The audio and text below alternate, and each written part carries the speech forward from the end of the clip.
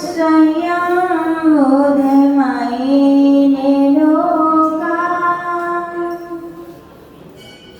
आश्वासिता के जन्मित कार्य प्रबोधिता के जन्मोक्ष मार्गे तमाधिनाथं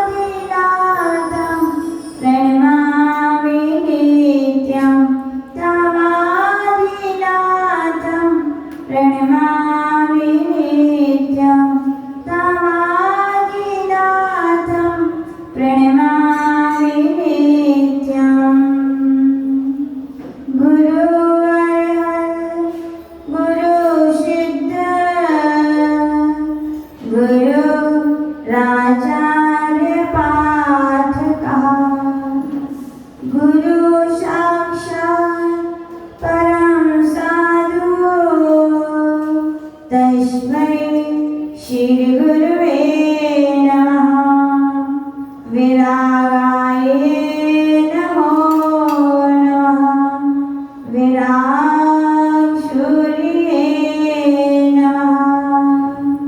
अनंतानंद सिद्ध परमेश्वरी भगवान की देवादिदेव श्री आदिनाथ भगवान की देवादिदेव श्री मशूरनाथ भगवान की परम पूज्य गुरुनाम गुरुदेव आचार्य श्री श्री विमल सागर जी महामुनि राज की परम पूज्य गुरुनाम गुरुदेव आचार्य श्री श्री सन्मति सागर जी महामुनि राज की परम पूज्य बुंदेलखंड के प्रथमाचार्य पूर्ण शिवराचार्य सूरी गच्छाचार्य गणाचार्य गुरुदेव श्री विराट सागर जी महामुनि राज की अहिंसामय विश्व धर्म की उत्तम सत्य धर्म की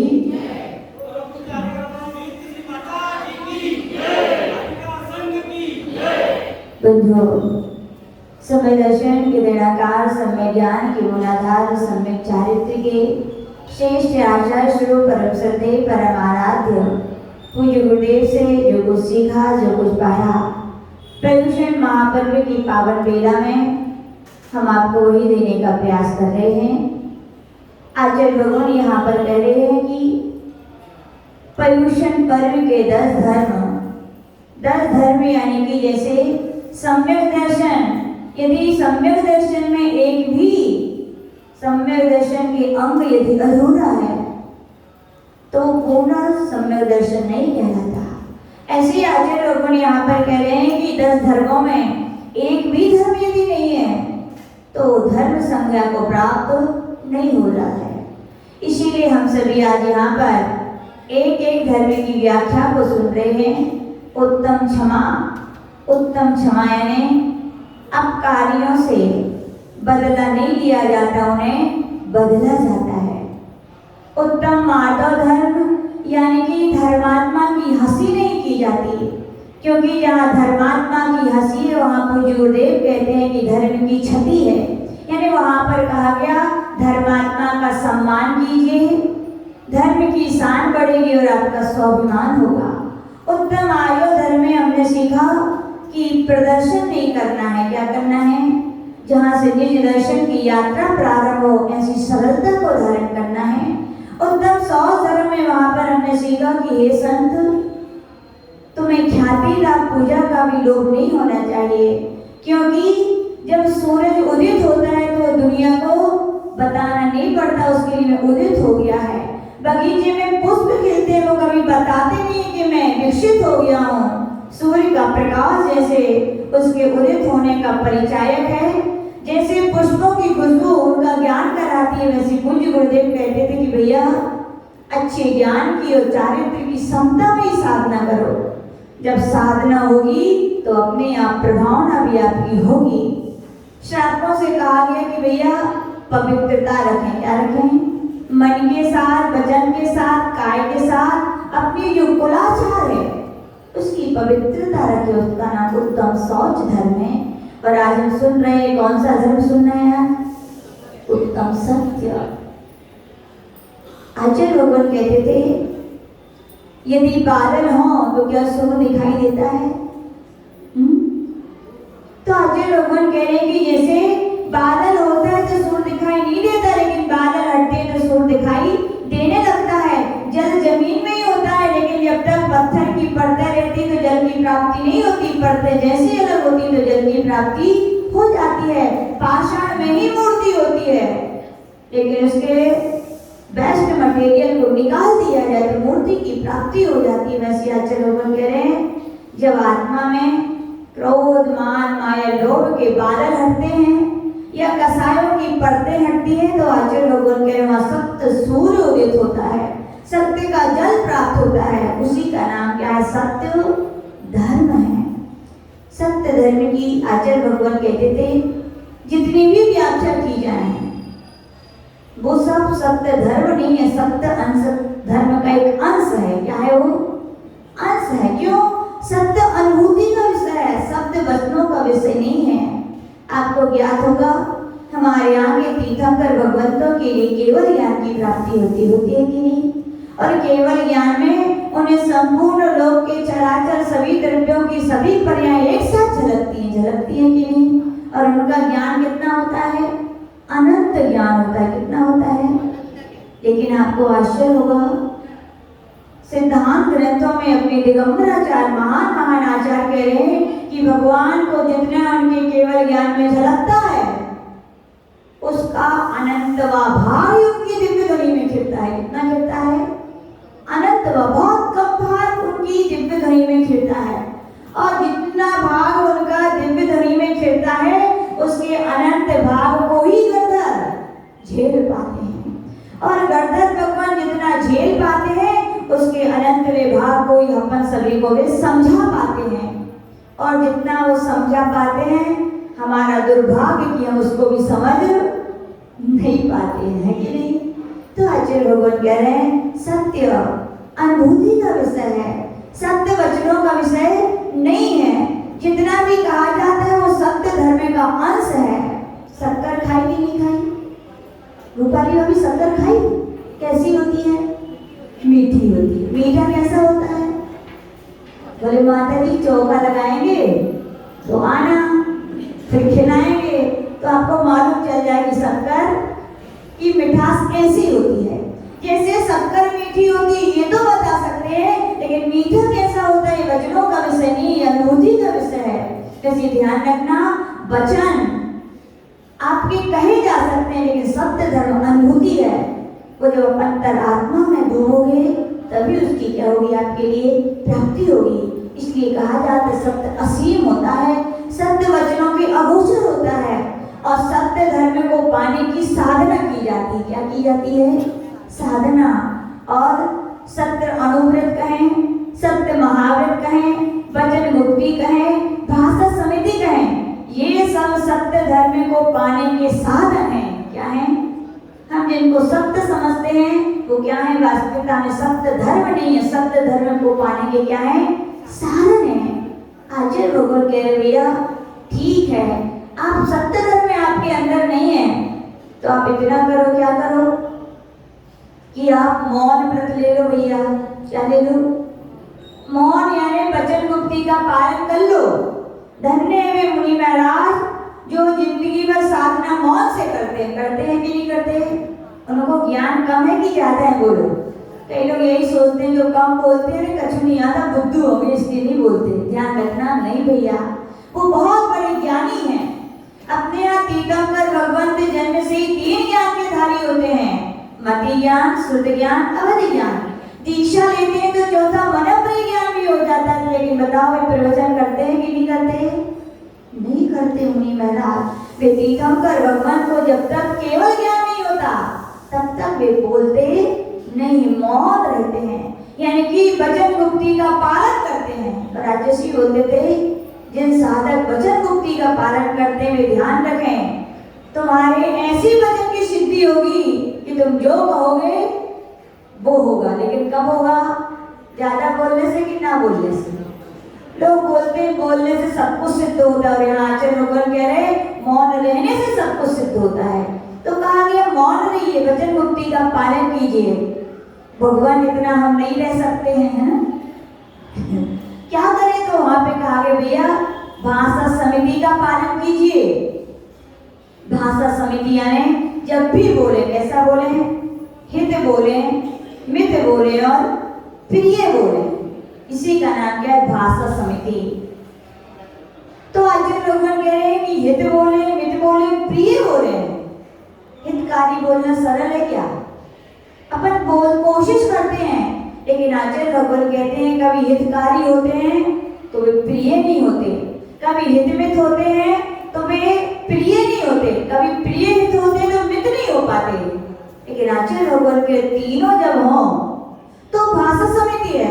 और इंद्र नंदी महाराज कह रहे हैं तीन भी नहीं, केवल हित और मित हो तो भी क्या है? आपकी भाषा समिति है।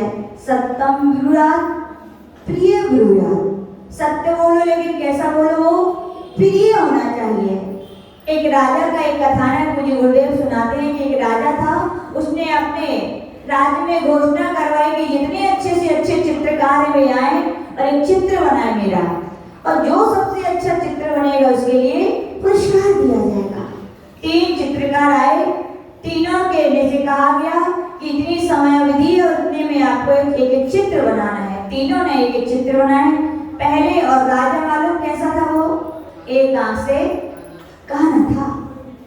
तो वहां पर चित्रकार, तीनों चित्रकार ने चित्र बनाए। पहला चित्रकार अपना चित्र लाया तो उसमें क्या किया? अब राजा है, प्रसन्न करना चाहिए, तो उसने क्या किया? उस राजा की दोनों आंखें बना दी। क्या बना दी? तो राजा ने जैसे ही देखा और चित्र को रिजेक्ट कर दिया, बोले प्रिय तो है लेकिन सत्यता इसमें नहीं है। दूसरा चित्र लाया गया तो चित्रकार बोला हमें क्या करना, राजा खुश हो तो दे, ना हो तो ना दे, जो है सो मैं कहूंगा। और उसने क्या किया? उनकी एक आंख कानी और एक आंख अच्छी बना दी। राजा ने जैसे ही देखा तो क्या बोला? सत्य तो है लेकिन प्रिय नहीं है।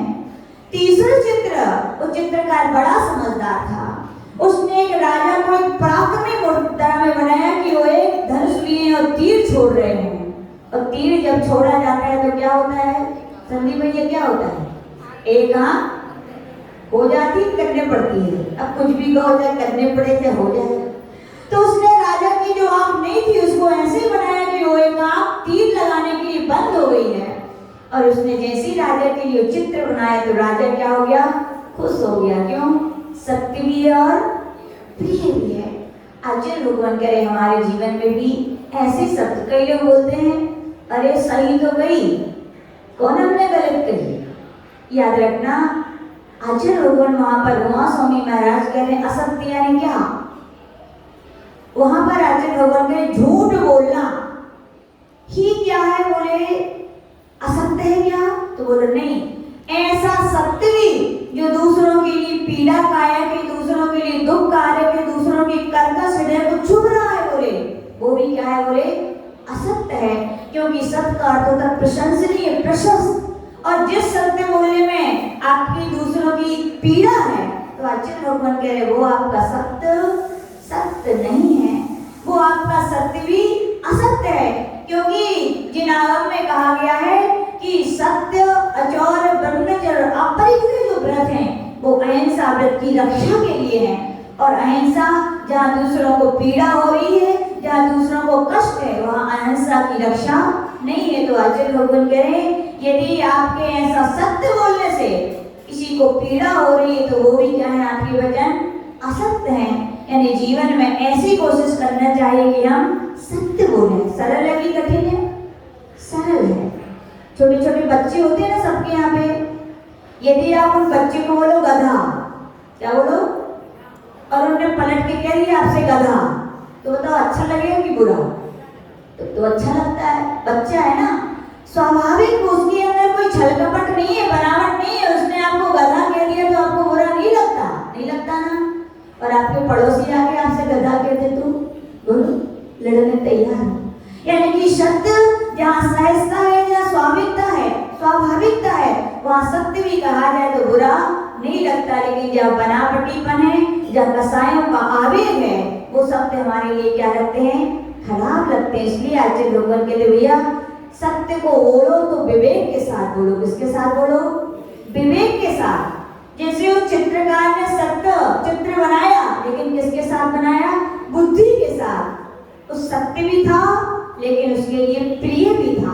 तो आचार्य भगवान कह रहे जब भी बोले तो मन को क्या ऐसे ही बोलने की क्या करनी कोशिश करनी चाहिए, सत्य भी बोले और प्रिय भी बोले। और मित का अर्थ क्या है, जितना आवश्यकता है उतने ही बोले भैया। आचार्य भगवान कहते थे शब्द ब्रह्म है, शब्द में इतनी ताकत है कि आपकी कीमत बढ़ा भी सकते हैं और आपकी कीमत घटा भी सकते हैं। जहाँ दो बड़े लोग बात कर रहे हो वहाँ बीच में बोलो, क्या होगा, बोलो आपकी कीमत घटेगी कि बढ़ेगी? तो सीधी पूछेंगे सभा में मूर्ख कौन है, फिर आपको अपना सिर नीचा करना पड़ेगा, है कि नहीं? तो शब्द ने आपकी कीमत घटा दी, और वे ही शब्द आप जब समय पर बोलते हैं, किसी विषय की जब चर्चा चल रही है उस विषय पर बोलते हैं, तो आपके उन शब्दों की कीमत क्या होती है, बढ़ जाती है। शब्द आचार्य बोलते थे अर्थ भी देते हैं और परमार्थ भी देते हैं, और वे ही शब्द आपके लिए व्यर्थ यानी नष्ट भी कर देते हैं कि नहीं? व्यापारी लोग तो जानते हैं व्यापार किससे चलता है, बोलो सामग्री से व्यापार चलता है क्या आपका? किससे चलता है? व्यवहार से। किससे चलता है? व्यवहार अच्छा है। हम लोग कई लोग सुनाते हैं, बोले माता जी पिताजी थे तो बढ़िया दुकान चलती थी, जब से वे चले गए तो दुकान तो ढप्पई हो गई। हमने माल नहीं है क्या? बोले माल भरपूर है। बोले बेचने का ढंग चेंज है? बोले कुछ नहीं है, सब कुछ वही है। फिर क्या अंतर है, बताओ क्या अंतर है? वे शब्द किसी को अर्थ करते हैं तो किसी को व्यर्थ बना देते हैं। आपके पिताजी में जो व्यवहारिकता थी, जो बाणी में मिठास थी, वही तो उनकी क्या है, अर्थ के विकास में कारण थी। तो आचार्य भगवान यहाँ पर कह रहे हैं कि शब्द की कोई कीमत नहीं है, लेकिन शब्द आपकी कीमत बढ़ाते भी हैं, शब्द कीमत घटाते भी हैं। तो आचार्य भगवान यहाँ पर कह रहे कि भैया जब भी बोले कैसा बोले, विवेक के साथ बोले। कैसा बोले? विवेक के साथ यदि आप बोलोगे तो आचार्य भगवान कह रहे हैं कि आपकी भाषा समिति होगी। फिर भी कहो कि भगवान हम भाषा समिति भी पालन नहीं कर सकते, कहो महाव्रतों को हम धारण नहीं कर सकते, तो आचार्य भगवान कह रहे भैया स्थूल रूप से झूठ का तो आप त्याग कर ही सकते हो, यानी कि इस झूठ नहीं बोलना, ना किसी को बोलने की प्रेरणा देना। लेकिन आज का समय बड़ा विचित्र है, हम अपने ही बच्चों को झूठ बोलना सिखाते हैं कि नहीं? पराया सिखाए तो गुस्सा आती है, और अपन सिखाते हैं तो उस समय तो हंसते हैं, लेकिन वो ही आदत नहीं पड़ता है तो बाद में वो भी रोता है और आपको भी रोना पड़ता है कि नहीं? कोई मिलने आया, बेटा कहता तो पापा घर पे थोड़ी है। किसने सिखाया झूठ बोलना? आपने सिखाया ना। और यदि झूठ बोलने की उसमें आदत पड़ जाए तो दुखी कौन हो गए? फिर आप ही हो गए। तो आचार्य लोग कह रहे भैया कम से कम स्थूल झूठ, सरासर तो झूठ मत बोलो। बोलना पड़ता है आपके व्यापार में एक अलग बात है, लेकिन ये बात भी आचार्य होते गलत है कि व्यापार झूठ बोलने से चलता है क्या? बोलो, ये भी बिल्कुल असत्य है।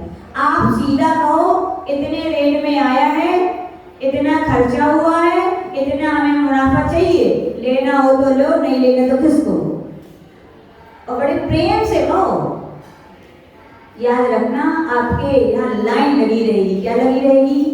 और विश्वास मानो लगेगी, क्योंकि यदि व्रत ही दुख देने लग जाए, व्रतों से ही यदि हानि होने लग जाए, फिर अव्रतों से क्या होगा भैया? तो आचार्य भगवान कह रहे भैया सत्यानुव्रत का क्या कीजिए, पालन कीजिए।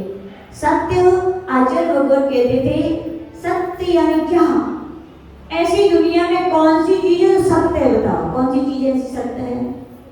आचार्य जी बोलते थे एक दर्पण और एक दीपक। दो दुनिया में ऐसी चीजें जो कभी असत्य प्रकट नहीं करती। बोलो सत्य है कि नहीं? दर्पण के सामने तुम जैसे जाओगे वैसे ही दिखोगे, देखोगे कि नहीं? प्रकाश के सामने तुम जैसे जाओगे प्रकाश वैसे ही प्रकाशित करेगा। और आचार्य भगवान कह रहे हैं उस सत्य का दर्पण और सत्य का यदि दीपक कोई हमारे यहाँ कहा गया तो आगम है। क्या है वो? आगम। आप लोग दो आंखों से देखते हो कि नहीं? और साधु लोग कितनी आंखों से देखते हैं? ये नहीं मालूम? कह दो माता जी आप तो दो और लगाए हो, चार नहीं भैया, दो आंखें ये नहीं। आचार्य जी बोलते थे दुनिया दो आंखों से देखती होगी, लेकिन हे साधक तुम मोक्ष मार्ग के पथिक जब भी देखना हो तो अपनी तीसरी आंख भी देखना, उसका नाम है आगम चक्षु साहू। क्या नाम है उसका? आगम। जब भी बोलना तो कैसे बोलना? आगम के अनुसार बोलना। इसलिए साधुओं की तीसरी आंख कौन सी है?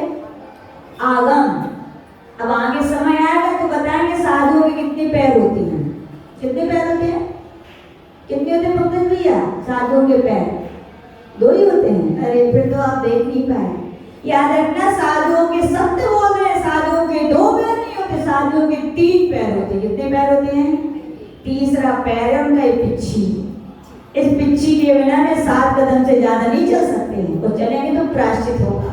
तो यहाँ पर कह रहे हैं कि आगम एक ऐसा दर्पण है, आगम एक ऐसा दीपक है जिसमें जो कथन किया गया है वो जिनेंद्र भगवान ने कहा है, जो सर्वज्ञ थे, हितोपदेशी थे, वीतरागी थे, जो कभी असत्य का भाषण नहीं करते थे। जो व्यक्ति आगम के अनुसार बोलता है, आचार्य जी बोलते थे, वो सत्य धर्म का ही अंश का पालन कर रहा है। क्या कर रहा है? सत्य धर्म के अंश का पालन। लेकिन जब हम आगम के विपरीत बोलते हैं तो अच्छे लोग कह रहे हैं कि हमें लगता तो है कि हम सत्य बोल रहे हैं, लेकिन आगम के विरुद्ध आप जो भी बोलते हो क्या होता है? हमेशा असत्य होता है। होता है कि नहीं? कहानी सुनी कि नहीं? पूजा की कि नहीं? सत्य धर्म की किस किसने किया है पूजन? बताओ किस किसने पूजन किया है? ओहो, क्या भाषा समझ में नहीं आ रही क्या? मराठी में बोले, आज किस किसने 10 लक्षण धर्म की पूजा की? अच्छा ठीक है, कौन करेगा? ये हाथ ऊपर कर लो। अरे करेंगे, ठीक है, तो अच्छी बात। तो मैं बता दूं, सत्य धर्म की पूजा जब लाइनें आती तो वहां पे क्या कहा गया है? झूठ बोला वसु, और फिर कहा गया? नरक गया। गया कि नहीं? कभी आपने सोचा वसु राजा ने क्या झूठ बोला होगा? बताओ, एक इतना बड़ा राजा कि 7वें नरक चला गया, ऐसा कौन सा बड़ा झूठ बोल दिया? तो बस कहानी याद है किसी को? नहीं है? नहीं सुनी तो हम बता देते हैं। एक क्षीर कदम नाम के गुरु थे, उनके 3 शिष्य थे। कितने शिष्य थे? एक का नाम था नारद, एक का नाम था पर्वत, और तीसरे का नाम था वसु। जो वसु थे वो राजपुत्र थे, जो पर्वत था वो स्वयं उन गुरु का पुत्र था, और नारद था वो जैन श्रेष्ठी पुत्र था। तीनों के लिए गुरुदेव ने अच्छी शिक्षा दी, एक सी शिक्षा दी। देते हैं कि नहीं? गुरु तो एक सी शिक्षा देते हैं। कोई कहे कि भैया हमारे बेटे को कम पढ़ा है, इनको ज्यादा पढ़ा है, किसकी गलती? बोलो, किसकी गलती? एक यदि 3 विद्यार्थी हैं, एक कम पढ़ा, एक कुछ पढ़ा, एक कुछ पढ़ा, तो किसकी गलती है इसमें? गुरु की। याद रखना, पात्र में यदि छेद हो, कितना भी गहरा तालाब समुद्र क्यों ना हो, कितना भी उसको डुबा जाए, निकलेगा तो क्या निकलेगा? खाली निकलेगा, क्योंकि पात्र में छेद है। गुरुओं को दोष नहीं दिया जाता। जब खुद ही का किसी का छेद ना हो तो गुरु क्या करेंगे? कौन सिखाने वाला क्या करेगा? वैसे था क्षीर कदम में लेके गुरु ने तो बराबर तीनों को एक साथ बिठा के एक सी शिक्षा दी थी, लेकिन कर्मों की गति बड़ी विचित्र होती है। अपनी जैसी गति वैसी मति।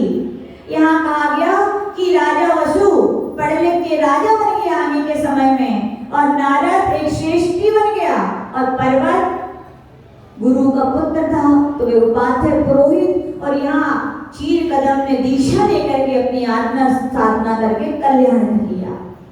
तीनों अपने अपने काम में लगे हुए थे, अपने व्यापार में लगे हुए थे, लेकिन पर्वत की गलत संगति हो गई। क्या हो गई?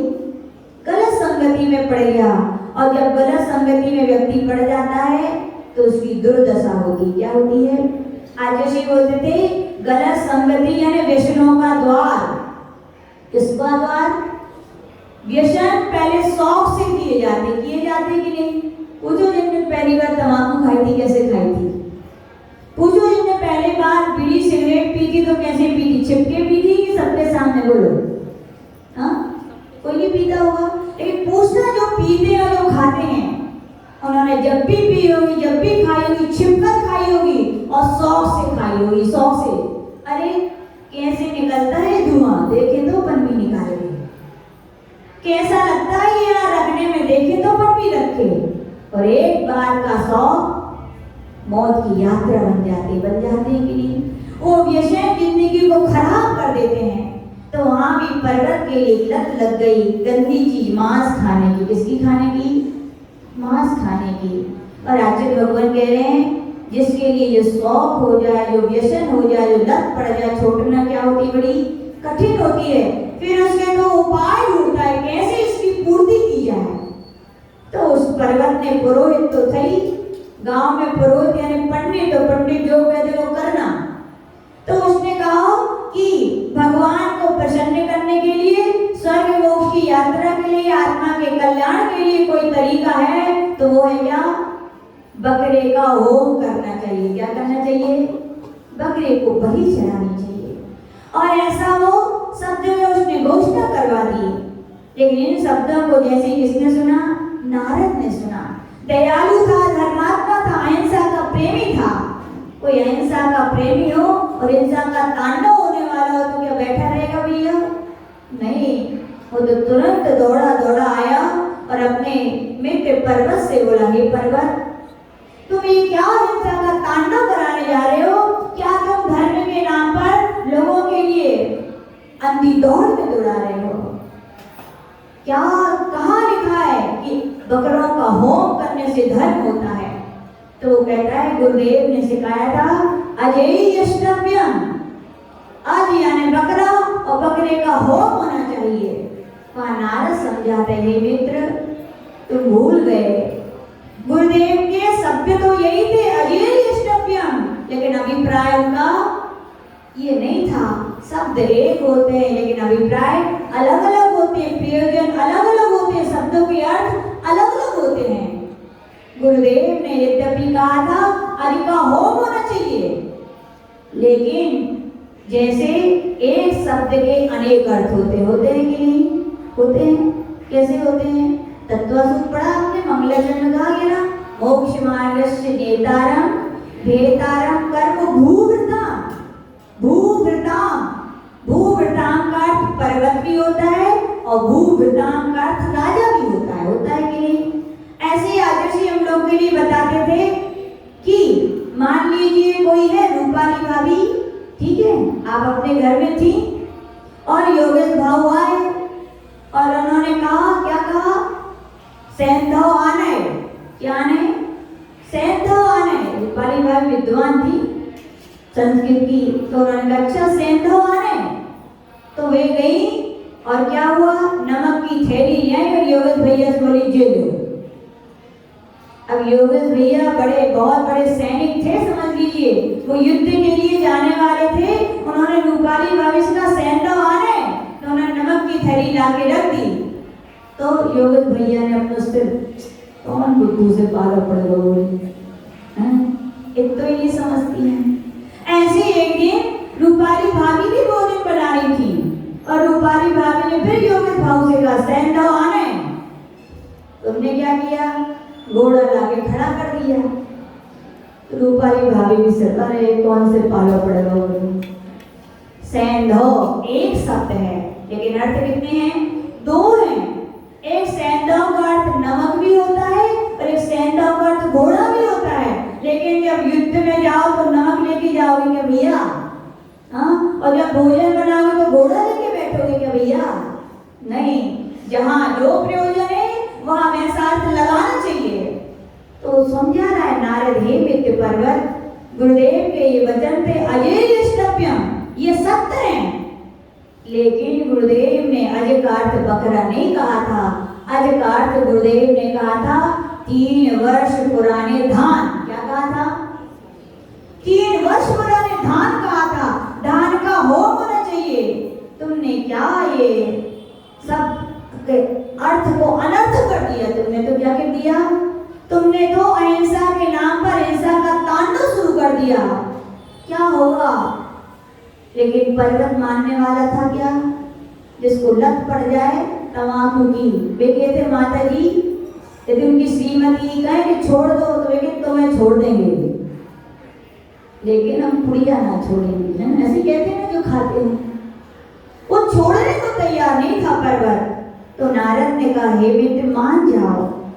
नहीं माना तो उसने नारद ने कहा ठीक है, इसका निर्णय वसु करेगा, राजा वसु करेंगे, क्योंकि वो भी हमारे सहपाठी थे, वो हमारे साथ पढ़ते थे।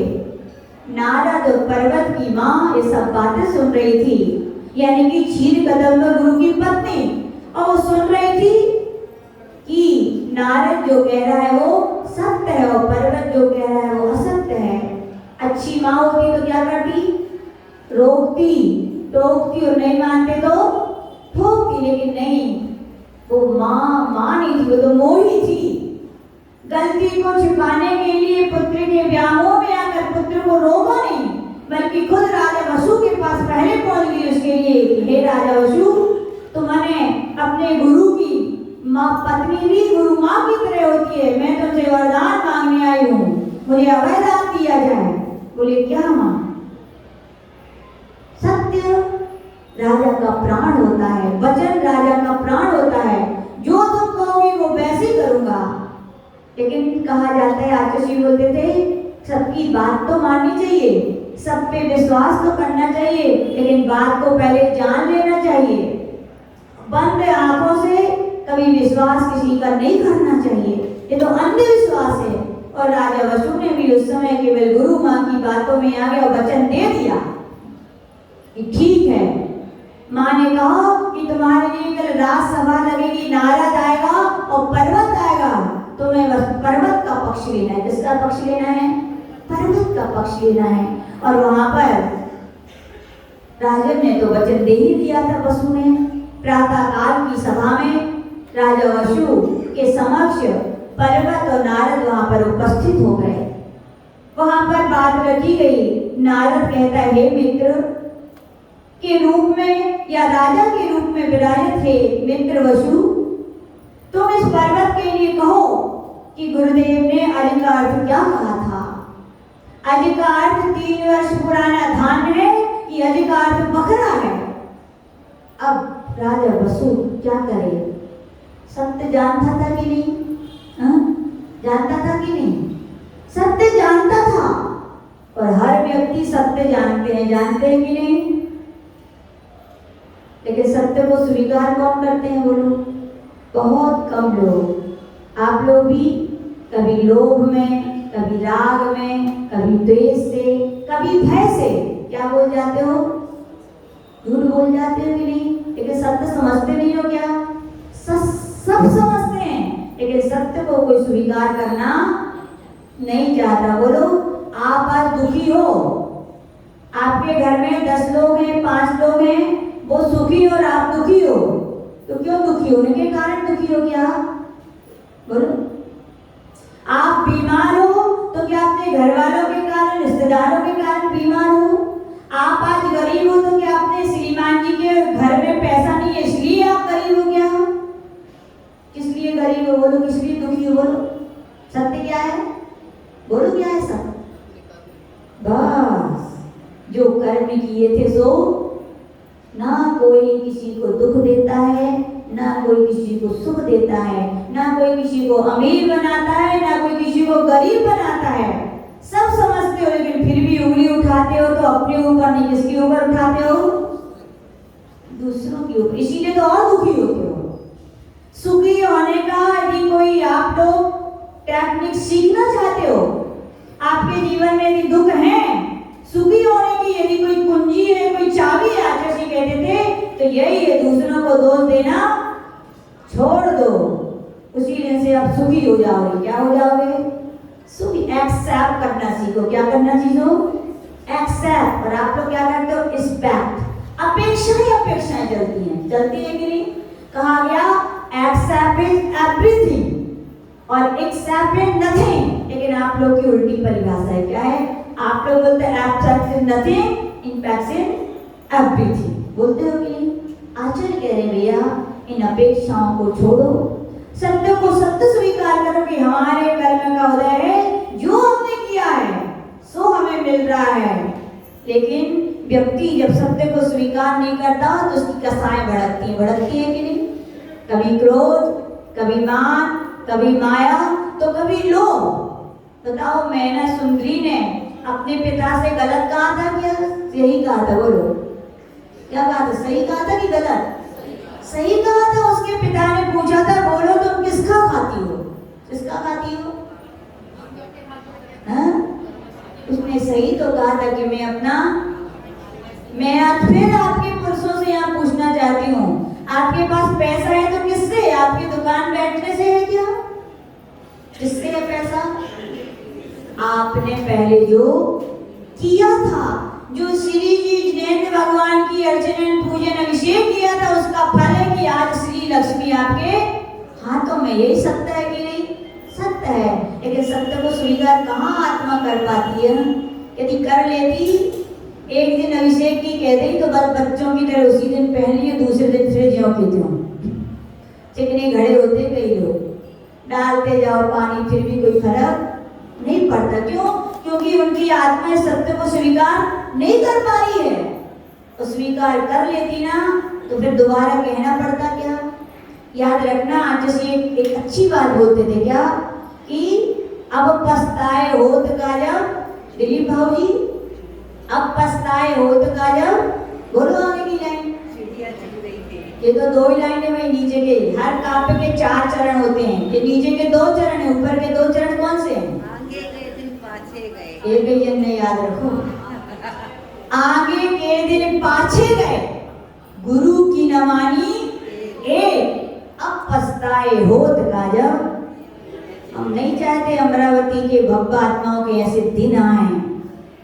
सौभाग्य समझो, कल तत्वसुध का वाचन हुआ था 4थे अध्याय का, वहां पे कहा गया था त्रायस्त्रिंश नाम के देव जिनका काम होता है गुरु माता पिता की तरह समझाने का। 2 प्रकार के देवों को मिले, 2 प्रकार के नहीं मिले। क्यों नहीं मिले? वहां पे कहा गया तो क्या पुण्य भावा, इनका इतना पुण्य नहीं है कोई इनको समझा सके सही। लेकिन आप लोगों का तो पुण्य है भैया, जिनेंद्र भगवान मिल रहे हैं, उनकी वाणी मिल रही है, उनकी वाणी को सुनाने वाले गुरुजन मिल रहे हैं, फिर भी ना सुन पाओगे तो फिर बोलने पड़ेगा क्या? अब पछताए होत का जब दुर्गति में जाओगे ना तो याद आएगी, जब गरीब हो जाओगे ना तब याद आएगी कि हमने बात नहीं सुनी, पछताना होता है। तो यहाँ पर आज लोगों ने कह रहे सत्य को जानते सब हैं लेकिन सत्य को स्वीकार नहीं करते, और सबको सत्य बड़ा कड़वा लगता है कि नहीं? बड़ा खराब लगता है। लेकिन किसको खराब लगता है? माचिसी बोलते थे, जिसके अंदर त्रुटि है कि नहीं? जिसके अंदर कोई खराबी है, जिसके अंदर कोई कमी है, उसको कड़वा लगता है, सबके लिए थोड़ी कड़वा लगता है। जिसका शराब का त्याग हो उसके सामने कहो भाई ये शराब अच्छी चीज नहीं है तो वो तो कहेगा सत्यम, और जो पीता है उसका मुंह देखो, बड़ो खराब लगो।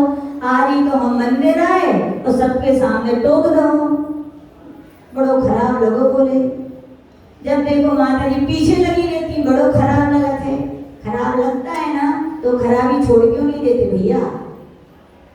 तो आपको उस दिन से वो सत्य कड़वा नहीं लगेगा, क्या लगेगा? मीठा लगेगा ना। सत्य धर्म यही कहता है भैया, अपने अंदर सत्यता को देखने की क्षमता यदि देख रहे हो तो कल्याण केवल जानने से नहीं होगा, श्रद्धान करने से नहीं होगा, आचरण में लाने से होगा। और सत्य धर्म अनुभूति का वचन है, श्रद्धा और ज्ञान का विषय नहीं है। वहां पर अपनी बात चल रही थी कि राजा वशु के सामने नारद प्रस्ताव रख रहा है, कहो राजा वशु। गुरुदेव ने अधिकार्थ बकरा कहा था कि अधिकार्थ 3 वर्ष पुराना धान्य कहा था, कहो। राजा वसु तो पड़े गया किसमें? मोह में करें या राग में कहें, गुरु के पत्नी के राग में, या कहें अपने वचन में दृढ़ रहा हो। राजा का वचन प्रमाण से भी बढ़ के होता है। जैसे ही सुनता है याद आते हैं गुरुदेव ने तो अधिकार्थ क्या कहा था? 3 वर्ष पुराना। लेकिन ये पर्वत क्या कह रहा है? अधिकार्थ बकरा है। अब बताओ अब क्या करेगा राजा वसु? पता है राजा वसु ने कैसे कहा, क्या कहा? पर्वत जो कह रहा है वो सत्य है। यूं कहा जाता है राजा वसु के इतना सत्य था कि उसके कहा जाता है सिंहासन, सत्य का सिंहासन था।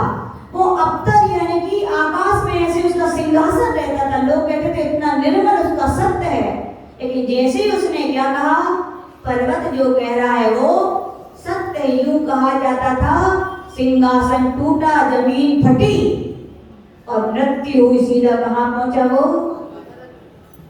क्या बोला था उसने? झूठ बोला था क्या? हाँ, झूठ बोला क्या उसने?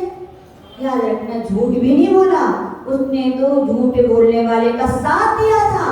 उसने ये नहीं कहा था कि अधिकार पकड़ा है, उसने ये कहा था पर्वत जो कह रहा है वो सत्य है।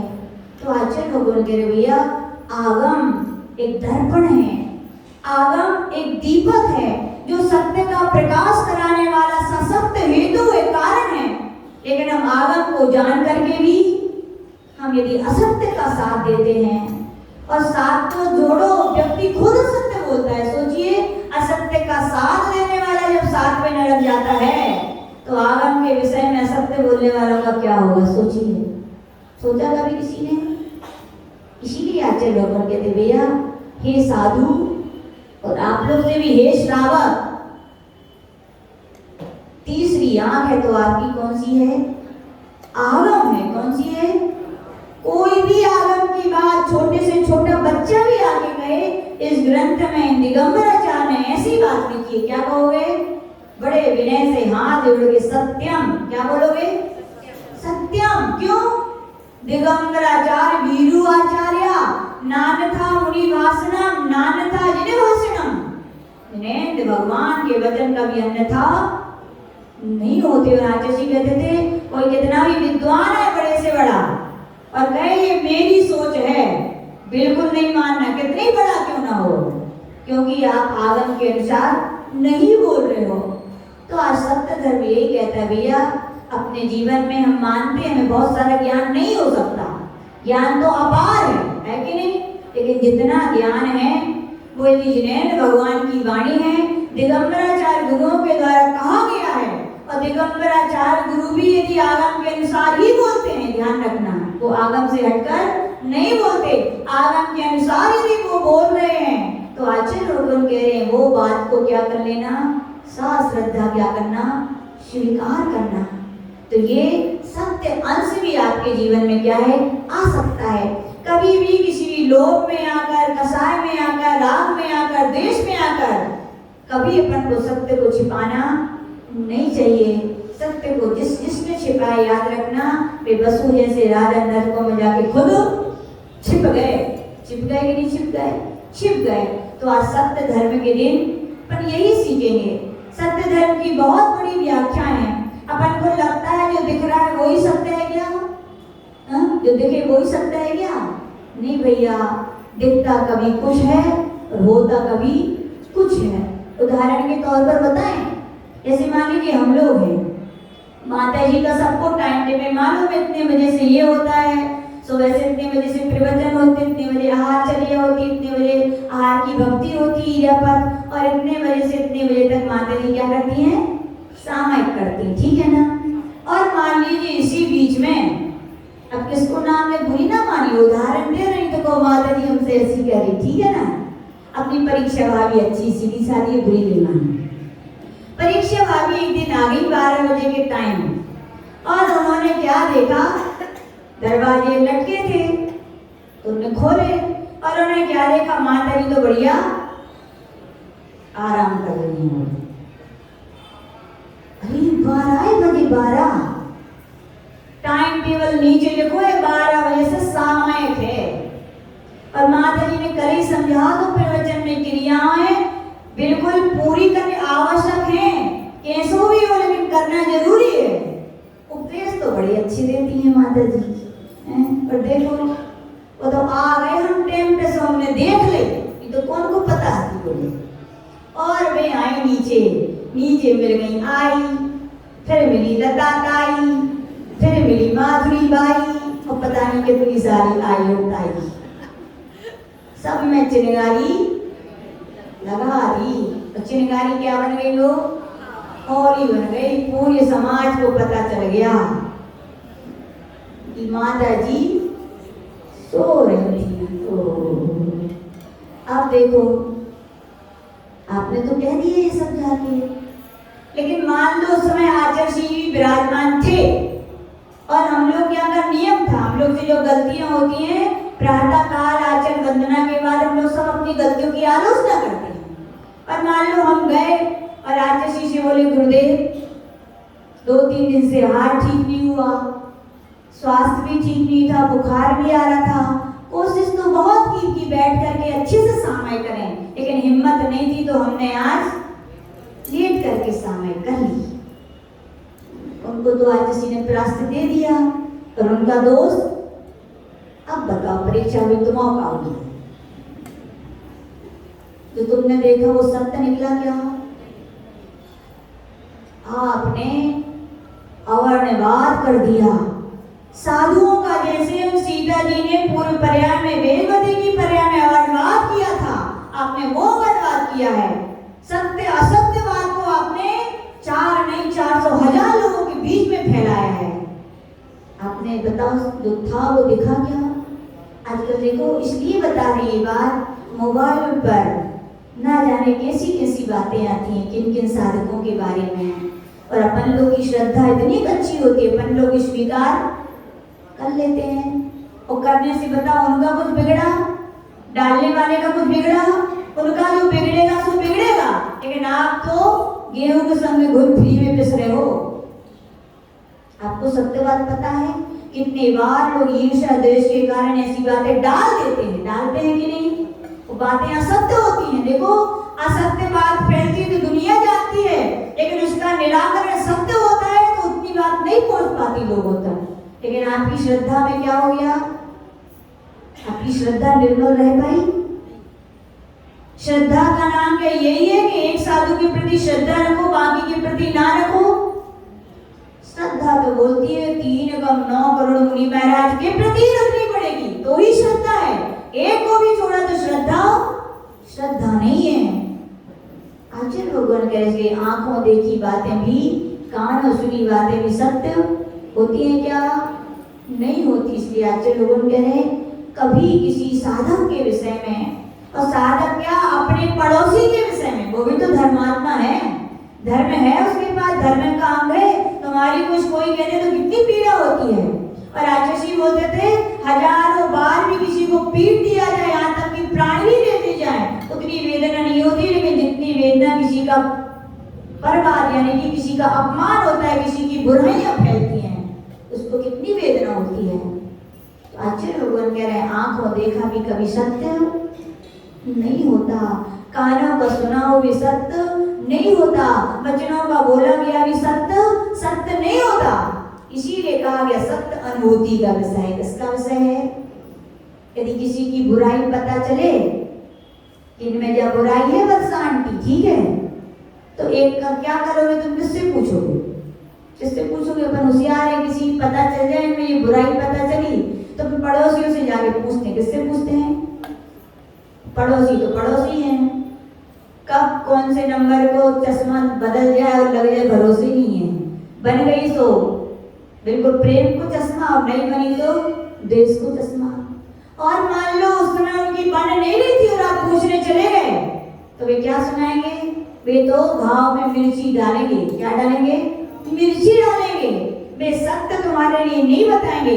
आचार्य जी हमेशा हम लोग को बोलते थे कि सत्य को यदि जानना है, पानी पीना है तो कहाँ जाओगे? बोलो, कहाँ जाओगे? कोई के पास जाओगे ना। घाव हो गया है तो मलहम कहाँ लगाओगे? जहाँ घाव है ना। तो भैया किसी की गलती पता चले तो अड़ोसी पड़ोसी उसने किससे पूछना? जाके उस व्यक्ति से पूछना, तो व्यक्ति सही होगा तो सही बताएगा, लेकिन अड़ोसी पड़ोसी की बातों पर विश्वास कभी नहीं करना, क्योंकि गुरु निंदा मृत्यु से भी बड़ी खतरनाक है। मृत्यु तो एक बार होती है, लेकिन ये गुरु निंदा का कष्ट, उसका पाप भाव में अपने लिए भोगना पड़ता है। तो आचार्य भगवान यहाँ पे कह रहे हैं सत्य का क्या कीजिए? ज्ञान कीजिए। सत्य दर्पण, सत्य दीपक है तो वो आगम है। जब भी बोलने की कोशिश करें तो क्या आगम के अनुसार बोले, आगम के अनुसार चलें। और यदि आगम नहीं आता है तो हाथ जोड़ करके बोले क्या हमें तो नहीं आता, लेकिन आगम में जो लिखा है वो क्या है? तो इस प्रकार से सत्य धर्म की बहुत सारी यद्यपि व्याख्याएं यहाँ पर आचार्य जी ने हम लोग को सिखाई है कि जो हम नहीं है, जैसे हम नहीं है, जितने हम नहीं है, यानी जो हम नहीं है, जैसे हम नहीं है और जितने हम नहीं है वह हम हैं, वैसे हम हैं और उतने हम हैं। जब दिखाने का ये हमारा पुरुषार्थ, चाहे राग से हो, चाहे द्वेष से हो, चाहे लोभ से हो, भय से हो, सब क्या है? असत्य है।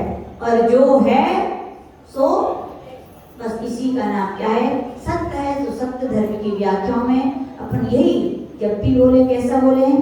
हित और सत्य तो बोले, लेकिन सत्य के साथ प्रिय भी बोले, और प्रिय होने के साथ सभ्यता शिष्टाचार भी बोले। कोई अपन से कितना भी बुरा बोले, मान लीजिए कोई व्यक्ति ने बुरा बोला 4 लोगों के सामने, तो आप क्या करोगे? आप 4 की 8 सुनाओगे? नहीं। सभ्य व्यक्ति आप हो, यदि सत्य धर्म की आपने व्याख्याएं सुनी है तो आप क्या करोगे? उस असभ्यता का जवाब भी कैसे दोगे? सभ्यता से दोगे। क्या दोगे? आपकी इमेज बढ़ेगी घटी? बोलो, बढ़ गई ना? आप कोई 4 सुना रहा है, आप मौन रह गए, तो क्या इमेज बढ़ी कि घटी? बोल दो उनसे। आज जैसे हम लोग को बोलते थे कोई 4 सुनाए तो कह दिया करो कि हम कमजोर हैं। क्या है? लेकिन एक सरल की कहना कठिन है। अरे आज की दुनिया में तो कोई कमजोर है ही नहीं है बोलते, लेकिन हम लोग को आज जैसे बोलते थे अपन तो साधक हैं। कह दिया करो कि हम कमजोर हैं, हमसे व्यर्थ में लड़ा नहीं जाता। जो बात असत्य है उसको हम क्या सत्य करें? आचार्य जी बोलते थे सत्य कड़वा होता है, सत्य के ऊपर संकट आते हैं कि नहीं? आते हैं। और सत्य का कोई साथ देने वाला भी नहीं होता। बोलो सत्य है कि नहीं? सत्य का दुनिया में बोलते भैया सत्य बोला करो, बोले माता जी क्या करे सत्य बोल के कोई साथ ही न मिलेगा, अकेले रह जाएंगे। सत्य का कोई साथ देने वाला नहीं। आचार्य जी बोलते थे कोई बात नहीं, सत्य का दुनिया साथ न दे, लेकिन सत्य है तो सत्य का धर्म साथ देगा, क्योंकि सत्य धर्म है। सीता जी का किसी ने साथ दिया कि नहीं दिया? किसी ने साथ नहीं दिया, लेकिन फिर भी बोलो अग्नि जल बनी कि नहीं बनी? बनी, क्योंकि सत्य था। जब वारिशेन कुमार के ऊपर तलवार चलाई गई, किसी ने साथ दिया कि नहीं दिया? नहीं दिया, फिर भी तलवार क्या बनी? हार बनी। बनी कि नहीं बनी? बनी। और भी सुदर्शन शेठ के ऊपर सूली पे चढ़ा गया, सूली सिंहासन बनी कि नहीं बनी? बनी। तो आचार्य जी बोलते थे सत्य में कष्ट है, सत्य कड़वा होता है, सत्य में कोई साथ नहीं देता, लेकिन सत्य की कभी हार नहीं होती, जीत होती तो सत्य में जयते। सत्य की हमेशा जीत होती है।